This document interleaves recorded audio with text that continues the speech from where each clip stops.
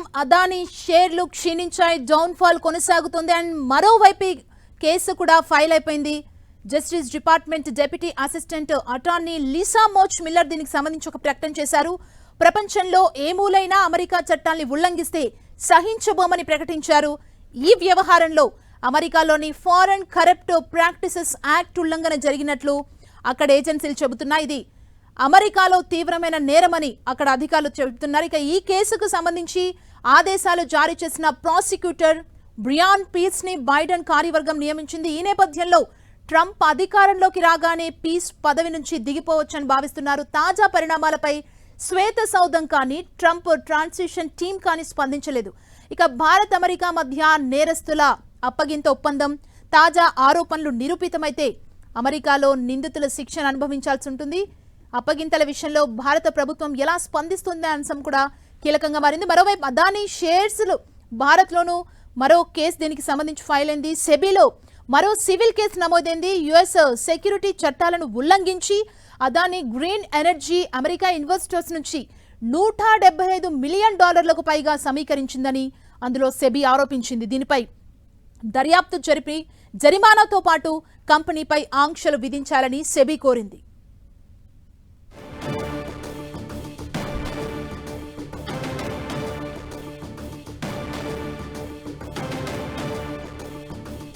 గతంలో Hindenburg effect తో తీవ్ర ఇబ్బంది పడి ఇప్పుడిప్పుడే కోలుకుంటున్న అదానీ గ్రూప్ పై మరో పిడుగు పడింది.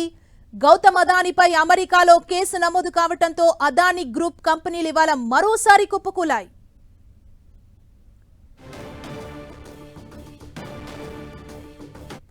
ఇదే అంశంపై మనతో పాటు మాట్లాడేందుకు మార్కెట్ అనలిస్ట్ క్రాంతి బత్తిని గారు మనతో జాయిన్ అవుతున్నారు. నమస్తే అండి క్రాంతి బత్తిని గారు. నమస్తే అండి. అంటే ఇప్పుడు మనం ఒక్కసారిగా చూసినట్లయితే షేర్స్ అన్ని కూడా డౌన్ ఫాల్ కొనసాగుతుంది. అంటే అదానీ గ్రూప్ కి సంబంధించి జరుగుతున్న కీలక పరిణామాలు ఏంటి?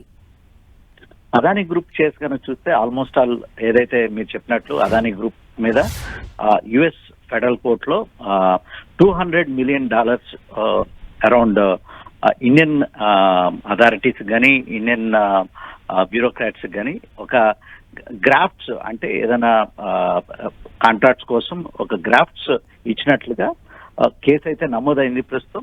సో అందువల్ల గ్రూప్ షేర్స్ అన్ని ఈరోజు స్టాక్ మార్కెట్స్ లో డౌన్ అవటం మనం ప్రస్తుతం చూస్తున్నాం.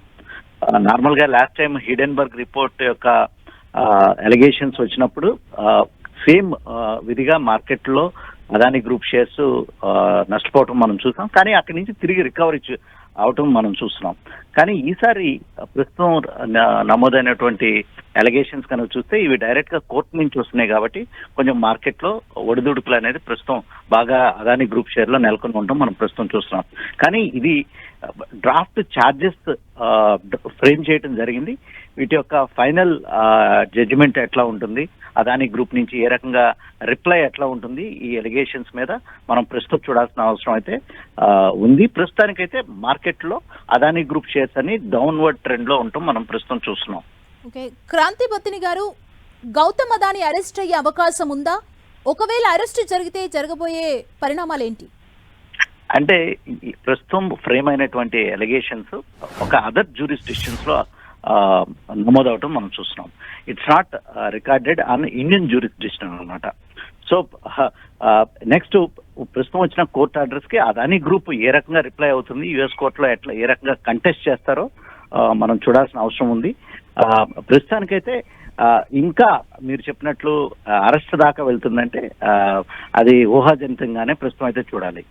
అంటే ఇప్పుడు ప్రెసెంట్ ఉన్న సిచ్యువేషన్ లో ఇన్వెస్టర్స్ కి మీరిచ్చే సజెషన్స్ ఏంటి? ప్రస్తుతం మనం చూసినట్లయితే ఈ అదానీ గ్రూప్ షేర్స్ యొక్క మార్కెట్ క్యాపిటలైజేషన్స్ చాలా ఎక్కువ. ప్రతి కంపెనీ యొక్క market capitalisation 1 lakh crores above ఉండటం జరుగుతుంది. సో అందువల్ల అదానీ గ్రూప్ మీద ఈ రోజు మార్నింగ్ వచ్చినటువంటి అలిగేషన్స్ తో దాని యొక్క ఇంపాక్ట్ అనేది నార్మల్ మార్కెట్ మీద కూడా పట్టడం మనం ప్రస్తుతం చూస్తున్నాం. ఈ ఇన్వెస్టర్స్ నార్మల్ మార్కెట్ లో other shares Adani group shares కనుక కాకుండా వేరే షేర్స్ లో ఇన్వెస్ట్ చేసినట్లయితే పెద్ద వరి అవ్వాల్సిన అవసరం లేదు. ఇది ప్రస్తుతం మార్కెట్ లో ఒక నెగిటివ్ సెంటిమెంట్ ఉన్నప్పటికీ దీని యొక్క ఇంపాక్ట్ అనేది మీడియం టు లాంగ్ టర్మ్ లో చాలా తక్కువగా ఉంటుంది. నెక్స్ట్ వచ్చేసి అదానీ గ్రూప్ షేర్స్ కనుక చూస్తే కనుక ఈ గ్రూప్ షేర్స్ అన్ని చాలా స్ట్రాంగ్ బిజినెస్ మోడల్స్, అంటే infrastructure, next futuristic business models ఏదైతే డేటా సెంటర్స్ కానీ, ఎయిర్పోర్ట్స్ కానీ, పోర్ట్స్ కానీ, వీటన్నిటికీ సిమెంట్స్, ఈ ప్రధాన రంగాల్లో అదానీ గ్రూప్ కంపెనీస్ యొక్క యాక్టివిటీస్ ఉండటం జరుగుతుంది. ఇవి చాలా strong cash flows. Long term లో చూసినట్లయితే ఈ కంపెనీస్ యొక్క ఫండమెంటల్స్ అనేవి చాలా స్ట్రాంగ్ గా ఉన్న ఫండమెంటల్స్ కింద మనం ప్రస్తుతం చూస్తాము. అందువల్ల ఇటువంటి ఎలిగేషన్స్ షార్ట్ టర్మ్ లో మార్కెట్ మీద ఇంపాక్ట్ చూపించినప్పటికీ లాంగ్ టర్మ్ లో వీటి యొక్క ఇంపాక్ట్ అనేది చాలా తక్కువగా ఉండడానికి అవకాశం ఉంది. ఓకే, థ్యాంక్ యూ బత్తిని గారు, క్రాంతి బత్తిని గారు.